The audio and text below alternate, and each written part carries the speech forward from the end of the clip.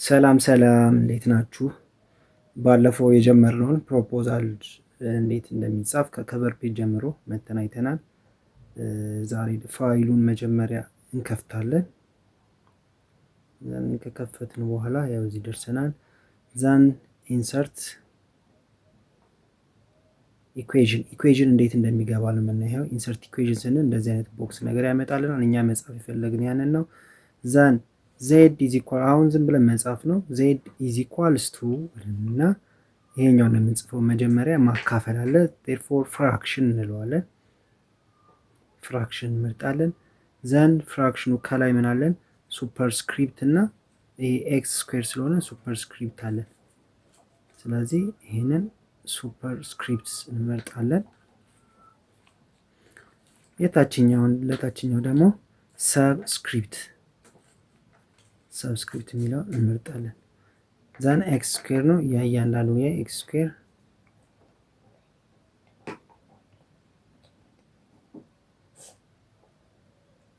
ዛን የታችኛውን ደግሞ ኤች ዋን ብለን እንጽፋለን ማለት ነው።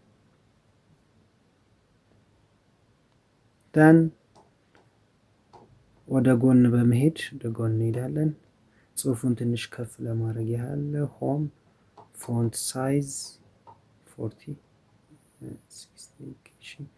ዘን ወደ ጎን በመሄድ ፕላስ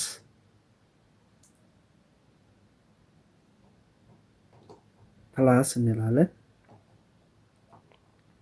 ዘን አሁንም እንደገና ኢንሰርት ኢኩዌዥን የሚለው ውስጥ ገብተን ዲዛይን ውስጥ እንገባለን። በዛው እንቀጥላለን። መጀመሪያ ኢንሰርት ስላደረግን ዲዛይን ውስጥ እንገባለን።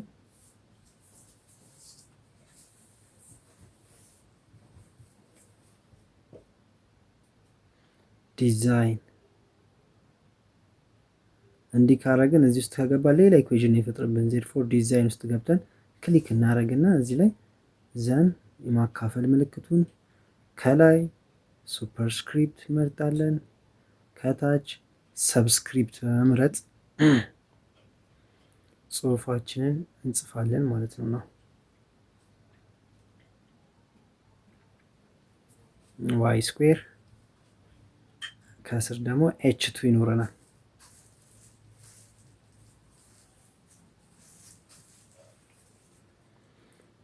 እንደዚህ በማድረግ ኢኩዌዥኖችን መጻፍ እንችላለን ማለት ነው። ኢኩዌዥኖችን እንደዚህ በቀላሉ በራሱ በማይክሮሶፍት ወርድ ማድረግ እንችላለን። ፒክቸር ለመምረጥም ኢንሰርት ብለን ፒክቸርስ የሚለውን በመምረጥ የምንፈልገውን ፒክቸር ከዚህ ውስጥ በመምረጥ ኢንሰርት የሚለውን እነካለን ከታች ዘንድ ዳይሬክትሊ የምንፈልገውን ፒክቸር ያስገባልናል። የምንፈልገውን ፒክቸር ከመረጥን በኋላ ዳይሬክትሊ ኢንሰርት የምትለዋን እንመርጥ።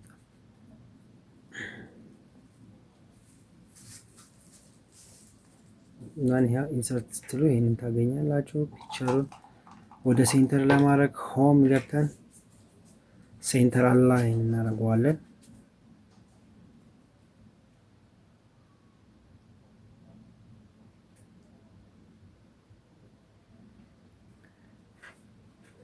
ሌላው ደግሞ እንዴት ነው ከስር ፊገር ብለን መጻፍ የምንችለው የሚለውን ለማየት ያህል ያው ካፕሽን ኢንሰርት ካፕሽን ውስጥ እንገባ። ሪፈረንስ ኢንሰርት ካፕሽን ዘን ካፕሽን ውስጥ ፊገር አለ ኢንክሉዲንግ ቻፕተር የሚለውን እንመርጣለን። ነምበር ከዛ ይኸው እንደዚህ አይነት ጽሁፍ ይመጣልናል። ዘን እንዳለ መርጠን ጽሁፉን በምንፈልገው ፎንት ሳይዝ በምንፈልገው ፎንት ስታይል ማድረግ እንችላለን ማለት ነው።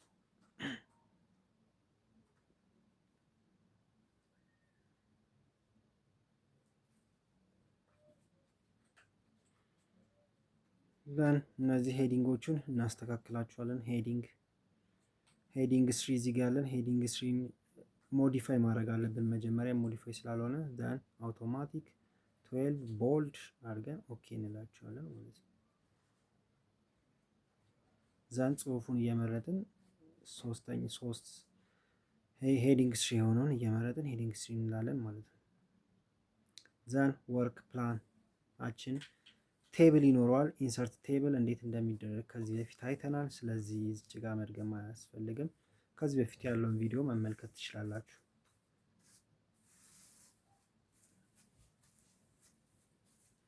የምንፈልገውን ሮ ሳይዝ እና ኮለን ሳይዝ ስንከተው እንፈልገውን ቴብል ያመጣልናል። ኦኬ በማለት ቴብሎችን ማምጣት እንችላለን።